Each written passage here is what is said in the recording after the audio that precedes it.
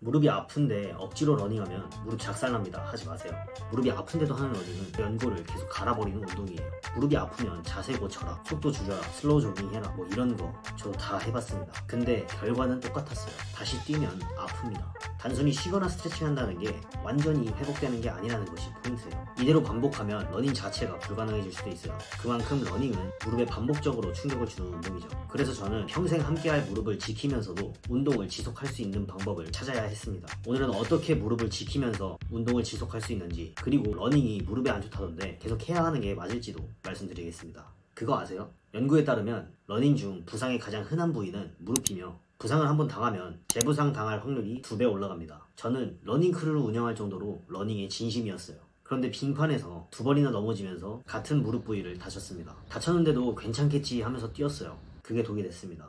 억지로 강행하다 보니 결국 어느 순간은 걷지도 서 있지도 못할 만큼 무릎이 아파왔어요. 그 후로 무릎이 다 회복됐다 싶어서 조금만 더 욕심을 내는 순간 뒷날 무릎이 아파오더라고요. 그래서 휴식도 중요하지만 무릎 주변 근육을 강화해서 일상에서도 무리 없고 운동도 즐기면서 할 수 있는 그런 무릎을 만들어줘야 돼요. 라이즈 연법도 그렇고, 달리다가 무릎이 아플 때 병원에 가면 항상 말하는 것 중 0번이 운동 금지예요. 휴식을 취하고 아이스 찜질을 하고 압박하거나 마사지를 병행해라 라고 말합니다. 따라서 무릎 통증이 있거나 불편함이 있다면 운동을 지속하지 말고 쉬어줘야 된다는 거. 경과를 지켜보고 통증이 2일 이상 지속된다면 지체 말고 병원에 가세요. 제발 저처럼 아파도 참고 러닝하지 마세요. 쉬는 것도 운동이고 꼭 필요한 거예요. 저희 운동 하루 이틀 할 거 아니잖아요. 보통 무릎이 아프면 뭐라고 하죠? 자세 고쳐라, 속도 줄여라, 슬로우 조깅 해라, 며칠 쉬어라, 뭐 이런 것들 저도 다 해봤습니다. 근데 결과는 똑같았어요. 다시 뛰면 아픕니다.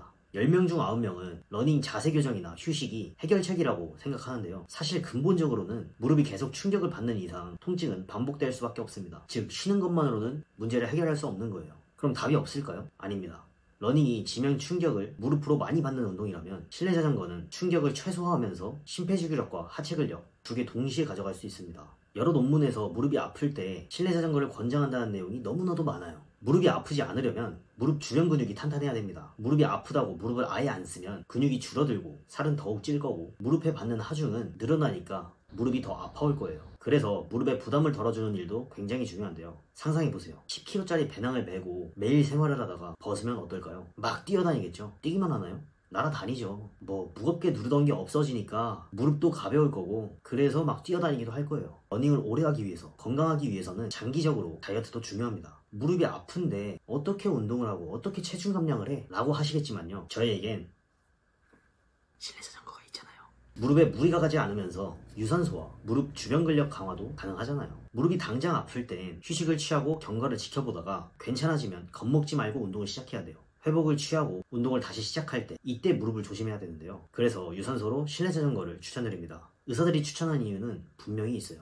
저는 다리가 얇아서 스트레스였어요. 그래서 목표가 하체 근육을 만들어서 갈라지는 다리, 그런 멋진 다리를 만들고 싶다 였어요. 근데 무릎 때문에 중량 스쿼트, 런지, 레그 익스텐션 등 고중량을 다룰 수 있는 하체 운동을 다 끊었습니다. 처음엔 다리 근육이 빠질까봐 두려웠는데 실내 자전거와 무릎에 무리 없는 맨몸 운동만으로도 다리 라인이 서서히 잡히기 시작했어요. 뭐 아직도 진행 중이지만요. 운동을 좋아하시는 분이라면 아실 겁니다. 포기하지 않고 대체할 수 있다 라는 게 얼마나 중요한지요. 여기서 중요한 건 러닝을 포기하라는 게 아닙니다. 저도 가끔 나가서 달려요. 차이는 뭐냐면 러닝을 오래 즐기기 위해서 실내 자전거를 병행한다는 거예요. 이게 러닝을 오래 지속할 수 있는 전략입니다. 무릎을 혹사하다가 1, 2년 만에 러닝을 못하게 되는 것보다 지금 자전거를 조절하면서 10년, 20년 이렇게 꾸준히 러닝을 이어가는 게 훨씬 낫지 않겠어요? 정리하겠습니다. 무릎이 아픈데 억지로 러닝을 한다. 결국 더 큰 부상이 옵니다. 통증이 있을 땐 휴식을 취해주세요. 자세 교정과 슬로우 조깅, 휴식을 취하면 된다? 임시방편일 뿐입니다. 물론 중요하지만 근본적인 무릎 주변 근력을 강화해줘야 돼요. 실내 자전거는 무릎 충격을 줄이고 근력과 체력은 유지하면서 주변 근력을 강화시킵니다. 저처럼 러닝 때문에 무릎이 고생했던 분들, 이제는 무릎을 지켜가면서 운동을 해보세요. 저는 지금 실내 자전거로 꾸준히 운동을 하고 있고, 덕분에 무릎도 지키고 체력도 유지하고 있습니다. 러닝을 좋아하시는 분들, 무릎 때문에 고민이 많으시다면 꼭 한번 시도해보세요.